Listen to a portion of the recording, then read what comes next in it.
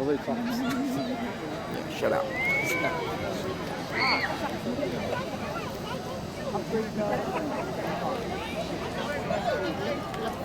It's so beautiful. Your mommy likes her iPhone. Turn around. Get a candle.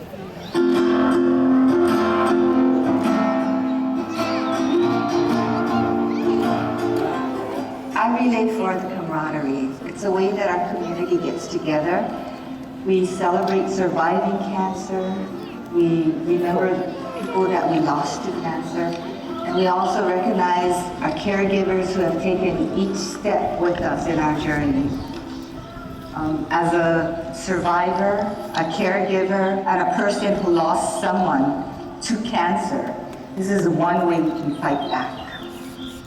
I'd like to thank all of the staff of the American Cancer Society, the Hilo Medical Center, my family, who has been with me in each step.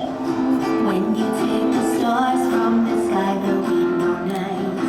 When you take a fish from the water, there'll be no sea. When you take the sun from our time, there'll be no night. If you take the life of a tree, there'll be no me.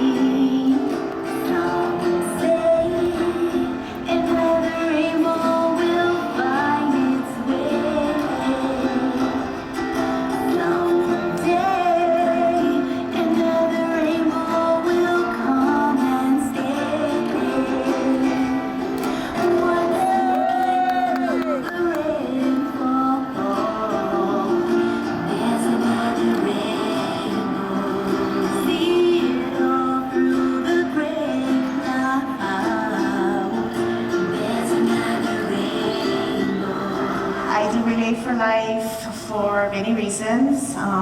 My mother-in-law has been battling cancer for over 22 years, so I do Relay for Life for her and all of my family and friends who's been battling with this disease. I was diagnosed on January 3rd, 2012 and have been a survivor ever since. I'd like to thank American Cancer Society for all of their love and support, along with my family and friends. I could not do that without them. Relay for Life has brought a lot of family and friends together for this cause, and I know together we've got to beat this disease. Thank you.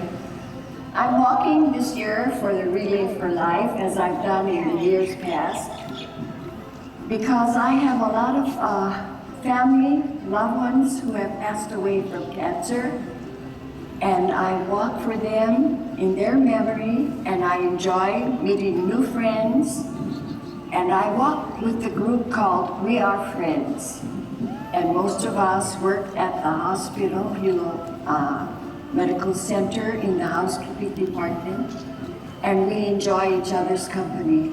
I have a lot of family that passed away because of cancer, and a lot of friends. Even as of today, my friends have passed away. So I walk for them in their memory in the hope that they will find a cure someday for this terrible disease. I'm a survivor for 10 years of this cancer, and I am happy to say that I gave it to the Lord. I had no radiation or chemotherapy, and God is good. When we take the time to be wise, there'll be no hurry. When we learn to heal all the hurt, there'll be no pain. When we find the peace of our minds, there'll be no worry. When we give the love of our hearts, there'll be no hate. Some say another rainbow will find its way. Someday another rainbow will come and stay.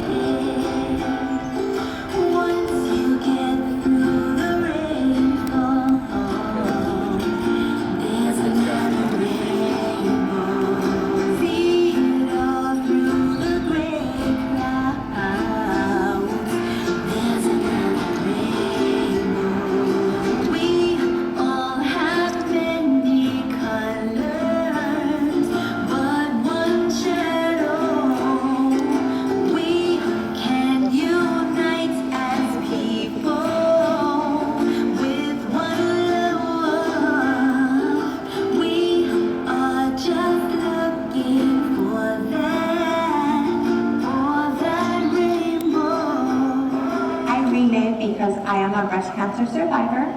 Also, I have lost my nephew to cancer at the age of 9. Wow. I believe that this is a good cause, and that also cancer does not discriminate. Why do I relate? The big question for me, the big answer for me was the Victory Lab. When I was diagnosed with cancer, I had cancer monsters move into my head. And the cancer monsters are all the dark things about cancer, the fears, the horror stories that you've heard about the auntie who had the same cancer. And when your brain would quiet down, they'd start to party, and I kept hearing, you have cancer, you're not gonna make it. And I spent a year in treatment, and the Relay for Life, the first one I went to, was as I had just come out of treatment. And I still had the cancer monsters residing in my head. And I brought them to the Relay with me. So we're going through the Victory Lap, and the song that they had playing for that Victory Lap was Gloria Gaynor's I Will Survive. So, you know, the music's pounding, it's throbbing through your veins, and I'm walking and I'm hearing I Will Survive, and it almost became like a mantra. And what happened next for me, though, was what I call a tipping point in my life, because people were coming to the trail that we were walking on, and they were coming out of nowhere, and they were cheering, and they were clapping, and they were singing, and they were celebrating that we were surviving. And I felt at that point that this was my community that had supported me through that year. And these people now had a face, and I know that these supporters were the folks that helped support the funding that provided the research for the new drugs that were used in my chemotherapy. And I realized that this community was celebrating the fact that I survived. And part of it was, I felt like the power that they were giving us was individual to every single survivor, but we were also a whole. So I felt like we had the power, and then we had the power. And the tipping point for me at that point is that I had no room for the cancer monsters after that evening. And I went from being a cancer patient to a survivor. And that's probably the most empowering thing that can happen to somebody who has cancer outside of being told you're cancer-free for the rest of your life. So that's why I relay. It was a tipping point for me. We are just looking for that rainbow that gives us peace in our hearts. That gives us peace in our hearts. Yeah. Once you get through the rainfall, there's another rainbow. See it all through the gray clouds. There's another rainbow. Once you get through the rainfall, there's another rainbow. See it all through the gray clouds. There's another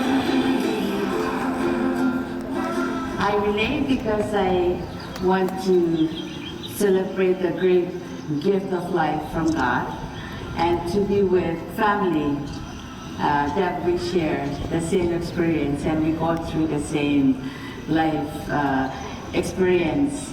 And thank God that we make it to today. Okay, the question was asked, why do I relay?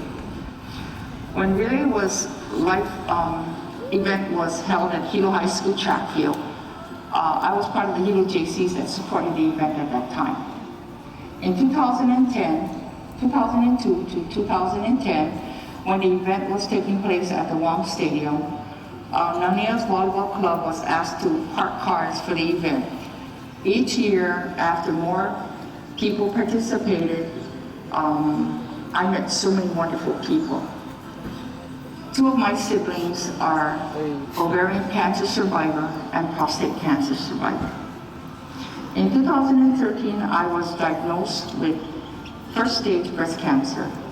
I shared it with my husband and my 6 daughters, saying, I'll be fine and I'm going to take care of it. I'll be okay. Dr. Peterson from the Kapiolani Women's Center took good care of me and encouraged me during my time. It is also great to have a support group who became my extended ohana to talk and eat together with. I just wanted to encourage people to make time to check regularly and know it's treatable in so many ways. It's preventable if you catch it early. In closing, as a Christian, I leave you these verses, Philippians 4:49. That is what I live by. It's truly a life-changing journey. Jesus gives me love, joy, peace, and hope. So mahalo for this time. Thank you.